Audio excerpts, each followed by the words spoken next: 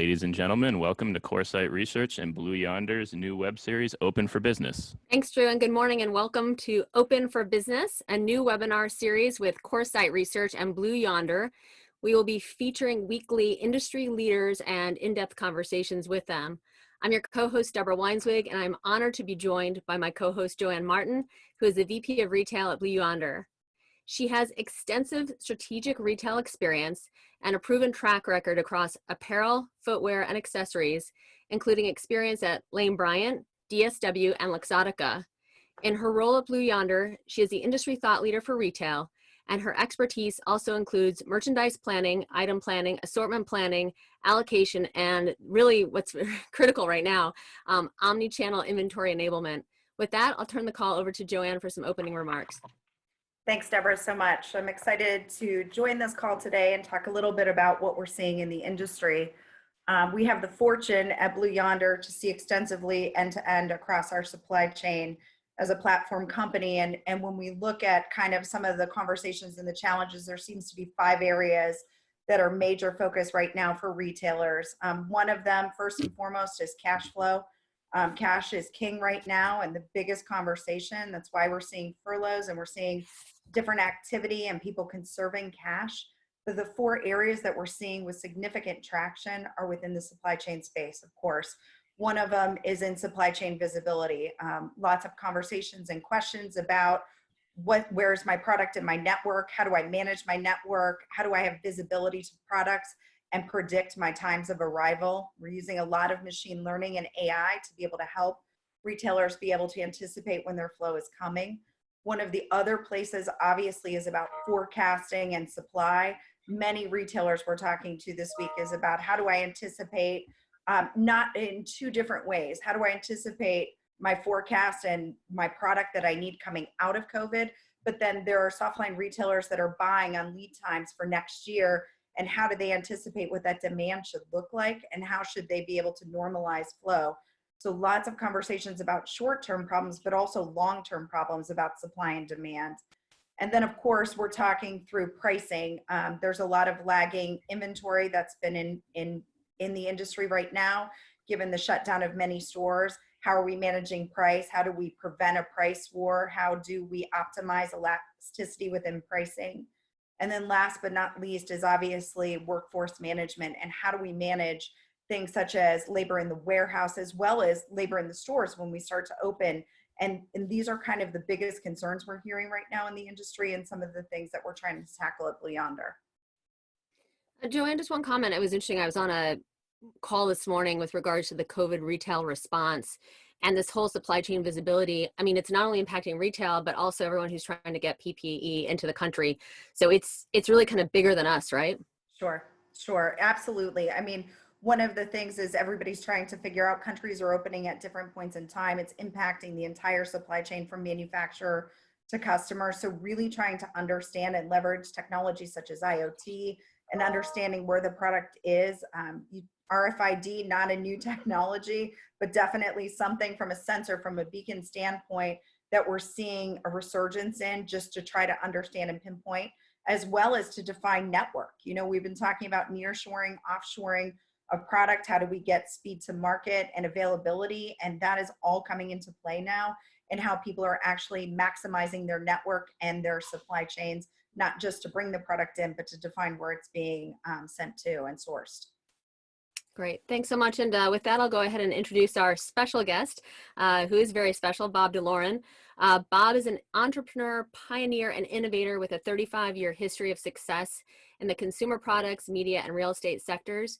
Today, he is the chairman and CEO of XCEL Brands. For those of you who don't know, XCEL owns Isaac Mizrahi, Judith Ripka, H. Halston, Yonder, and many others.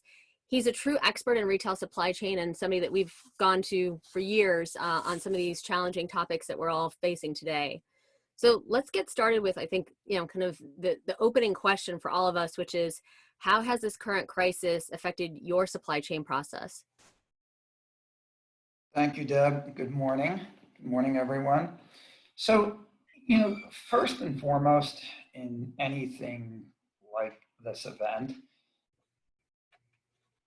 this type of event truly tests the strength of relationships and partnerships. And the trickle-down actions taken from the top, meaning at the retail level, will definitely strain relationships as it relates to, say, wholesalers and factories, because as canceled orders come in or goods are being pushed out to another season, it does create some tension between wholesaler and supplier. I think the key to all of this is to be incredibly transparent and honest. And if we all collaborate fairly through this, we'll get through it. So that's first and foremost in any situation like this. None of us can control external events like COVID-19 or the 2008 collapse in the financial sector. It's just, are you prepared for it, and how do you act when you're in the middle of this? Yes, I mean, this idea of trust and supply chain right now is incredibly critical. And what has been your biggest pain point to date, and who have you worked with to try and solve that? I would say our biggest pain point to date has been spring, particularly our April, May, and June goods. We've had some cancellations. Some retailers have been incredibly collaborative in the approach. We're lucky in that part of the DNA of our brands is we tend to not use seasonal fabrics. So our goods tend to be season agnostic, if you will. And we've been able to work through a lot of this with our factories and with our retail partners by moving goods forward to, say, summer season. And then the real challenge will be, well, how do we all deal with fall? Because we're moving spring goods to summer. What should the reduction be in fall so that none of us get jammed up on inventory? So we're working through that now. There will be a reduction. My guess is, how does all of this look? Q2 down 70, Q3 down 50%, and Q4 down maybe 40% from normal levels as we all work through this. Hopefully going into 2021, we get back to a normal business cycle. When do you think we get back? And we've heard similar numbers. Actually, I would say this week, every week we get more information, but we've started to hear kind of down 40 for holiday, 20, exactly what you just stated. When do you think we get back to 2019 levels, right? I don't even know if we'll reach that in 2021, but how, I mean, you've got to start planning for some of your business now. How are you thinking about that? So it's hard to say. Deb, I don't think anyone has that exact answer at the moment because this is such a fluid situation. It seems like every day there's some good news and then there's some bad news. And I think the real challenge will be when do we all fire up the production engines again to get back to those 2019 levels. My guess is that is a 2021 event. Great.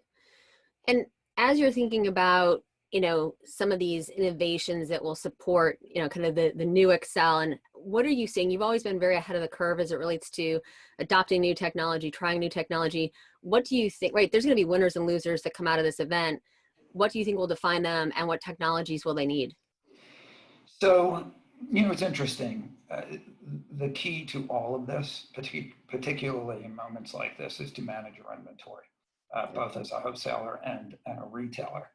And I've been saying for years, and you know this better than most, the key to inventory management has to start in the design and product development stage. And that can only be leveraged through 3D technology and consumer insight testing. And if we all collaborate a little more, consumer insight testing comes in two varieties, if you will. One is in attribute testing and one is in the absolute collection testing. Well, imagine if we could take all of our 3D images and actually test those with our retail partners' customers by region or by zip code then we get the production and the allocations right in terms of consumer demand so that we can all start giving our customers what they want at the moment in time that they want it. So we've spent a lot of time putting our efforts into consumer insight testing, 3D development, particularly in our jewelry business where the technologies are a little better. But I think that is the future of the industry. What were some of the changes that you are already making to your supply chain in 2020? And how do you think that'll look in 2021? So changes that we were making were to get faster, to reduce production cycles. And to some extent, we were looking at how do we bring it closer. So we've done a lot of work around development of microfactories and nearshoring to reduce lead times. The closer you have production to demand, the better. So we've been focused on that for the last 2 years, and we've had a great deal of success with jewelry, and we are still coming up the curve with apparel. But we have been able to reduce lead times significantly, and that has helped us. The other thing that we did is through all of the consumer insight testing that we did, what our findings were is that most consumers are looking for apparel that is not as seasonal. And that has really helped us because we can push our goods forward if we need to, or move them around in seasons. So those are some of the things that we've learned, and so far they're working well for us. Great. With that, we'll go ahead and launch the poll. So everyone on the line should see that. And if you have any questions during the call today, just use the Q&A function at the bottom of your screen, please. Bob, I want to continue with this idea of the lack of seasonality in terms of goods and how people want kind of, year-round fashion. When did you see that change? Because I feel, for a long time, right, it was the 4 seasons were really important. Then we kind of went to 16 seasons. What's changed in the consumer's mind, and is sustainability any part of that? Well, it's not. I don't want to say that there aren't seasons, because I've been preaching 52 seasons, something new every week. Well, but that's different, right? I mean, something new every week. So that's actually where I think you're very innovative. So, we tend to think of it as something that's moving in real time, and we have to design into that. It's fabric positioning that is critically important here, so that we're not using fabrics that perhaps are winter, fall fabrics. Of course, color palettes change, but even there, we try to stay somewhat neutral within our brand lens, if you will. Can you talk about this idea of nearshoring and the microfactories? Because you really were one of the leaders on the microfactory side, and we're now seeing startups who are kind of, really focusing on this. And I think it's more in grocery than in apparel, but maybe you can talk about, the two, because I think they're two of the most important topics right now. So what we see is there's the potential to develop microfactories.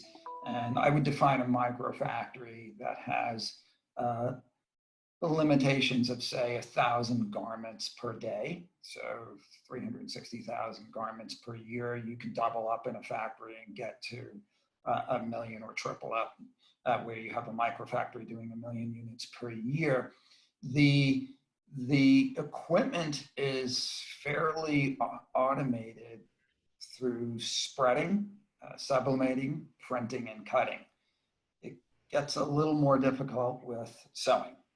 As you know, we've looked at Sobots, and we've been down to Georgia Tech and looked at what's happening down there. And we're not there yet with sewing. If you're doing straight runs, pillowcases, and mats, things like that, you can automate even the sewing there.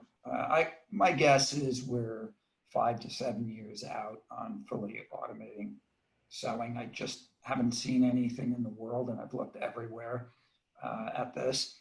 But it is without a doubt coming.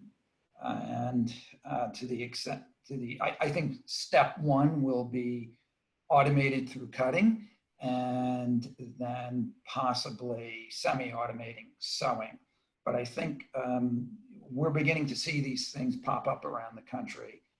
In fact, I believe Gerber has actually built a prototype in Manhattan that they were getting ready to feature. And then, of course, we were hit with this COVID-19 event, and that's been postponed. So I know that you've been looking into nearshoring and with microfactories. How does this change your supply chain, number one? And then number two, as you move to more 3D design, which cuts off so much time on the front end of the process, could it be that for this holiday, as people are adopting more of this technology, will we see orders kind of closer to holiday and maybe this, I mean, I'm trying to look for the silver lining. Does this end up with a potentially, better holiday than we would have had otherwise because of the technology that's available? So I would say at the very high levels, probably no. There are people playing in the fringes with this now. Certainly the entire industry has worked on shortening lead times. So I think we are going to see the benefit of some of that. And then the other thing that all of us can do, it will drive up cost and maybe reduce margins a bit, but better safe than sorry. We can fly goods and to get the goods here faster.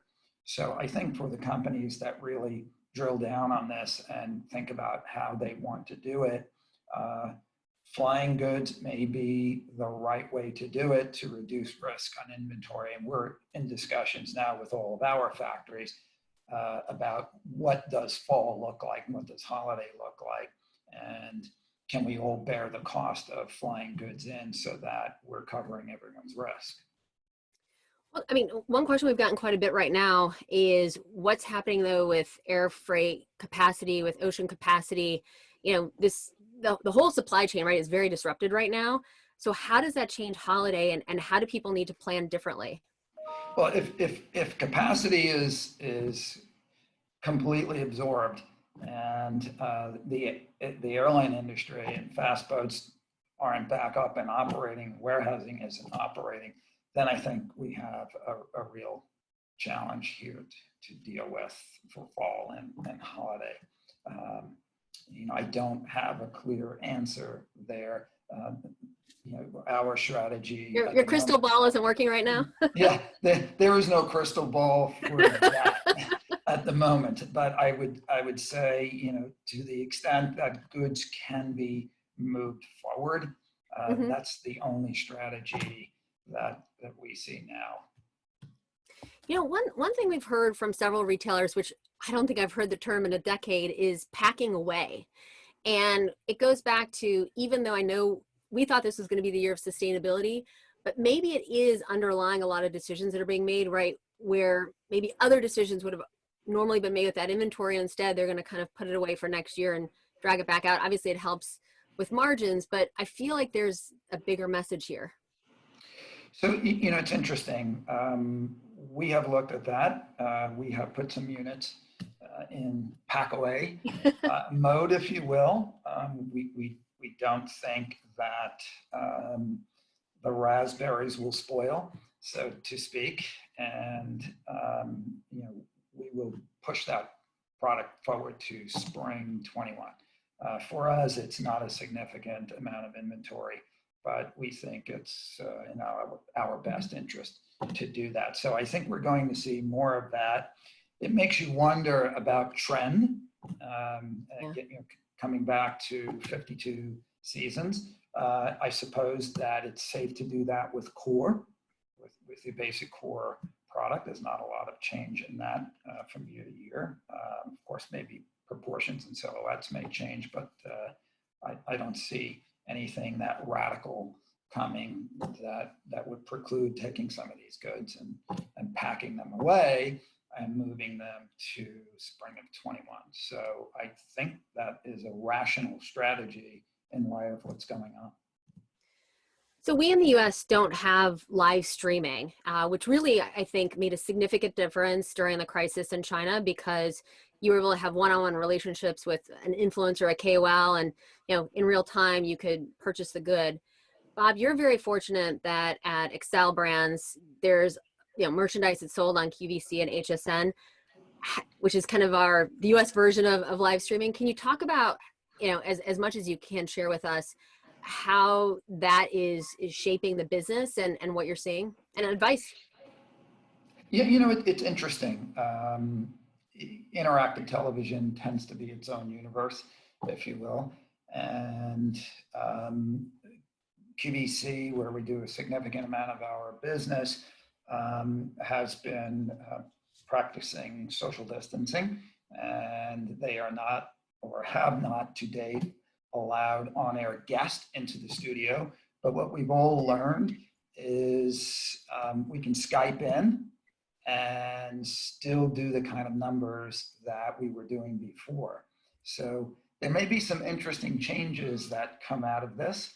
I've felt in the past that we could do more remote shows with things like Skype and other technologies, including Zoom. And that may be something that comes out of this that's a bit of a silver lining, because it will make it a lot easier on-air guests, particularly ones that travel great distances to get to the studio. So that business seems to be holding very well for us. We are hitting all of our plans, and we're very fortunate to have that business. So, you talk about selling differently on QVC and communication. How has your communication with your internal employees changed? How are you, kind of sharing with them the results of the business, what's happening, but also how are you able to listen to them, right? Where you'd have that kind of water cooler chit chat. How does that happen now? So, first and foremost, this coronavirus event is both a human and business crisis. It started as a human crisis, and now it's a very, very significant and somewhat tragic business crisis. We have always been a company that leans into its core values around transparency and fairness in the way we do business. That has not changed with our employees. So now, I do weekly calls with the entire organization. I write weekly updates to everyone. Senior management teams are on the phone daily using Zoom and Microsoft Teams. And we've been able to continue communicating the way we have in the past. It's been remarkable to see our teams rally around what has to be done to get us through this. And at the highest levels, we did everything possible to minimize the impact on our employees, and we will continue to do that, and obviously make some of the hard decisions that we have to make as leaders to preserve the long-term prospects for all of our employees and partners and vendors, as opposed to what's needed for the short term. It's interesting. We've started to go to daily calls, and I would actually say that, at least from a Coresight perspective, we're finding that there's more transparency and more communication because it's a little more formal as opposed to informal. Are you finding that as well, Bob? We are, particularly with my senior teams, and it's been interesting because some of the things that you learn in something like this is when everyone puts their heads together and really develops strategies around very challenging situations. It's remarkable. There's the old adage that necessity is the mother of all invention. There is definite truth in that. And if we were to go back in time and look at, kind of week one for you, when you originally heard about this and changes that you started to make to your business, where do things stand now that, right, the weeks are different for everyone because of when they started to really internalize this? How are you thinking differently now about the business, about volumes, and, how have you changed your strategic focus as well? So, Initially, we were cautiously optimistic. We thought that, at least based on guidance that's been given to us by various different governors and of course the president, that this would all clear by April 15. And of course, all of this is being extended. My hope is that it's April 30, but it certainly looks like this could go on longer. And what we've done is, one, we've run all of our financial cash flow models, and we have stressed them for the 70-50-40 formula. And we have taken every action possible to conserve cash. We're also fortunate in that we don't have a lot of debt, and we had sufficient liquidity in the company to weather a storm like this. You know, if you talk about what can you do to prepare for an event like this, because these are external events. None of us know when and how they're going to come, but it seems like every 5 or 10 years, something happens like this. And the best defense for something like this is a good offense. And the good offense comes through managing your cash flow and keeping your debt levels down. In terms of, you bring up a very important point, which is, you know, if we were to go look back at 9/11 and, you know, the global recession, we're averaging about every 10 years, right? How have those experiences, you know, altered how you approach this experience? So one, they help you get prepared. The pain and the reality of 2008 is still something that will be deeply burned into my forehead. I will never forget that. And in bringing XCEL forward, it was something that we thought about. We said, well, we know this is coming. We've lived through the S&L failure. We lived through long-term capital. We lived through 2008. Most people forget that one. And we were not as aggressive as perhaps we were before experiencing events like this, because the best way to be prepared is to not overlever an organization and to always have enough cash to take you through this kind of storm. Have you been surprised, and then I'll go through some of the poll results, have you been surprised at some of the cash positions of retailers who are either your clients or who you know in the industry? Because I agree with you, 2008 had some very clear lessons, but of course the leaders of many of these companies today weren't even in retail in 2008, and they certainly weren't in the roles they're in now. So the biggest surprise to me was the amount of liquidity that JCPenney has relative to everyone else. True. It was very interesting to see them having the longest runway. So that was a bit surprising to see.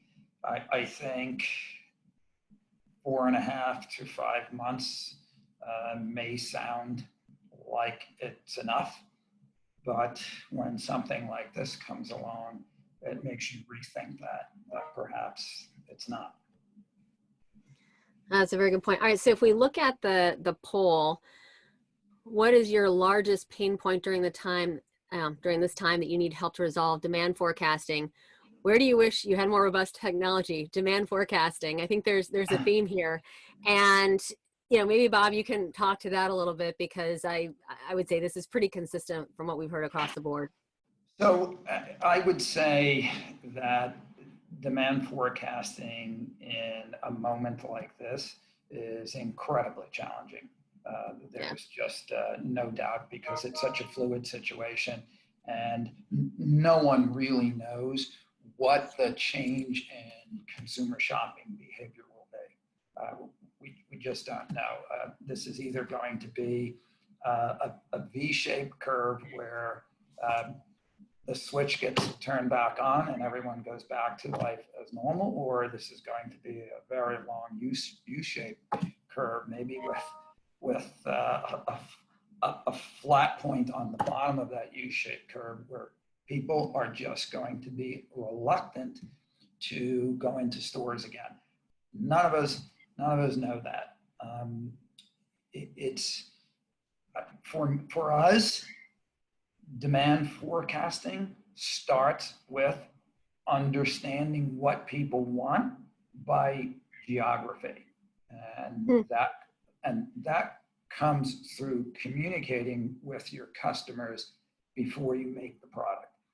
So, my advice to anyone trying to improve on their demand forecasting is start there, because that's where it has to start. We have to collaborate with the design houses and the manufacturers first, so that we have at least the most intelligent product possible. Then we need to do all the normal things that we do in demand forecasting models. And of course, AI can help there significantly, because there's a lot of variables that go into that.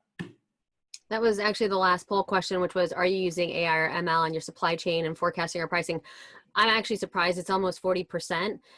That's phenomenal, but that does seem high. What are your thoughts on, kind of the technology that's out there and the technology you wish you had?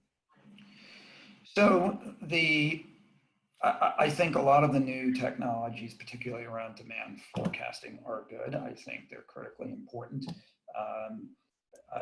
I'd like to see more done around allocations. I think that is a critically important part of what any retailer needs to do. And of course, that is the most challenging, because if you get your allocations wrong, can you really move the goods to where they're likely to sell? So I think they're two separate things, but very important to tie together. And from a supply chain perspective, I just think we can all do a better job at making much more intelligent product. In our fine jewelry business, we have the thesis working. We design in 3D, we consumer insight, test in 3D, every conceivable attribute that you can think of. And then we pre-sell from 3D images to get a real read on demand. Then we make them all, then we start producing products. And it all happens in a very short time frame. So we didn't really lose any speed in bringing goods to market. So I think the more that we can do that as an industry, the more accurate we'll be. Great. Well, I could ask you questions all day, but there's a significant number of questions in the queue. So with that, I'm going to turn the rest of the call over to Joanne for Q&A with you, Bob, from the audience. Sure. So, there's a lot of questions out here, but one of them is, Bob, where do you see the US and the European markets opening? What are kind of your expectations? What do you foreshadow? And how do you see that kind of paginating over time? What's your perspective? So, as I said, none of us really have a great crystal ball at the moment to understand when and how this will happen. We can only look to what's happened in China to get a sense of what may happen here.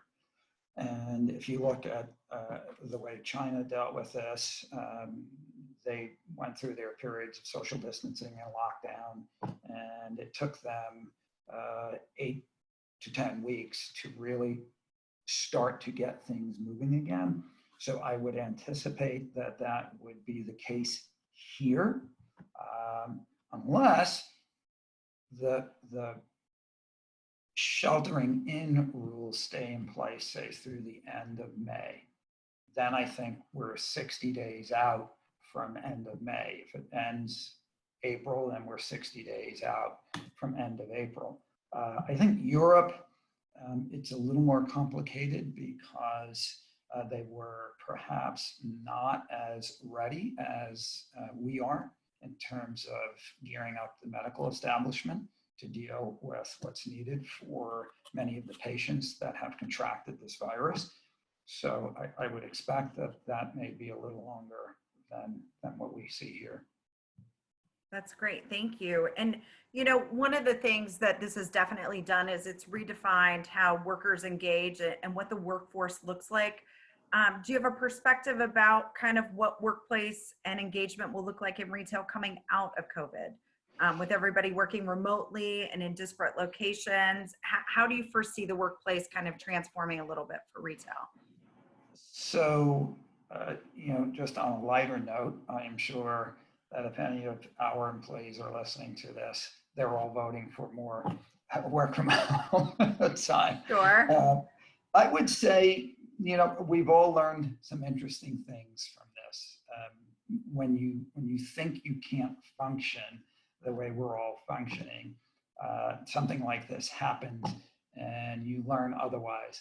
That in fact, we do have the technologies today to work efficiently and effectively remotely. So I think what we may see, and this has been something that we've been pushing for the last 2 or 3 years, is that a lot of the buying sort of procedures and processes that are in place with buyers coming out to showrooms, there's really no need for it, particularly if you have 3D lookbooks. And I think what we're going to see over the next few years is a change in how we actually function as an industry now. I think things can become more virtual, if you will. There's no reason why we can't send out fabric swatches and then invite someone to a 3D presentation to what a collection will be, but that's going to take time before that happens. The real silver lining in all of this is I don't know how profoundly this will really change retail as we know it. Retail has been going through what I would call a marathon change. The silver lining here will be that things like reduction in retail square footage, better management in inventory, maybe the marathon becomes a little bit more of a sprint. And we all start to do these things a little faster. So how do you see, with kind of a diverse portfolio, how do you see the differences being impacting your brands between jewelry and accessories and kind of the apparel side? Do you see a difference in how customers are engaging with the brands, or just overall velocity within those different subsectors within? So it's interesting. When you have an event like this, people tend to get more compassionate, if you will. And we've seen some interesting things from some of our customers. We had a customer with our Judith Ripka brand. When we ship to our customers, we tie our packages with these beautifully made ribbons. And this customer put together a face mask and used our ribbon as the strap. And she posted it to social media and reached out to one of our people. And we saw this and just said, wow, this is a real example of what people do in times like this. So we took that and made it into a campaign for the brand, where we've invited people to purchase goods for us. We'll ship the ribbon, and if they make a mask and post it, we'll send them a discount coupon or something along those lines. That's what my team put together, and it's exciting to engage in new ways, and it tends to bring us all together. That's what we're seeing. Yeah, I find it really inspiring seeing what a lot of the Blue Yonder customers are doing to kind of repurpose either their factories or help to service the need and really prioritize some of the community, which is something that's really exciting to see the retail community respond to, very similar to what you're talking about. It's just about seeing people repurpose and really rally behind each other and kind of come together it's an inspiring time for sure. We do have a question on here about kind of Blue Yonder's response to the customers that I just want to quickly respond to. So ours is about empathy. We have over 4,000 global customers at Blue Yonder, and we're focused on trying to help them manage their supply chain. So we have offers about supply chain visibility and pricing, and really just looking to support them and how to leverage their systems better, and really kind of tips and tricks. So we're working a lot with our users to try to help them optimize what they have and to be able to kind of come out of this in a really strong position, which is kind of where our focus is.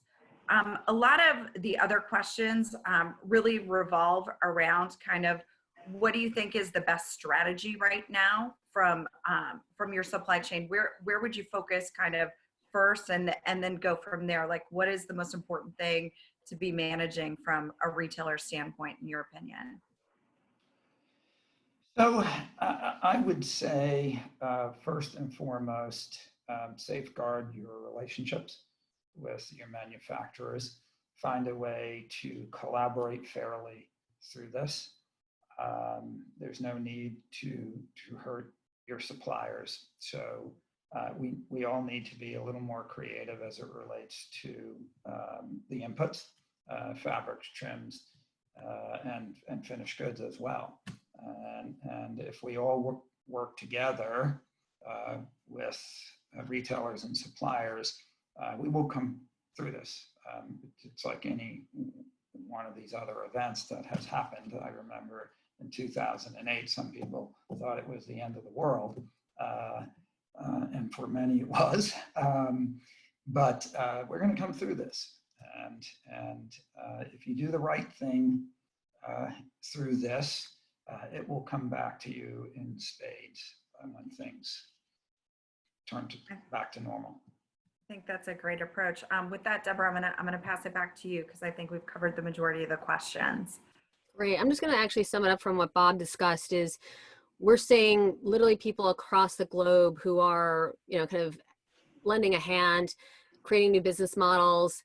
We had a hospital reach out who needed sheets. I reached out to a department store.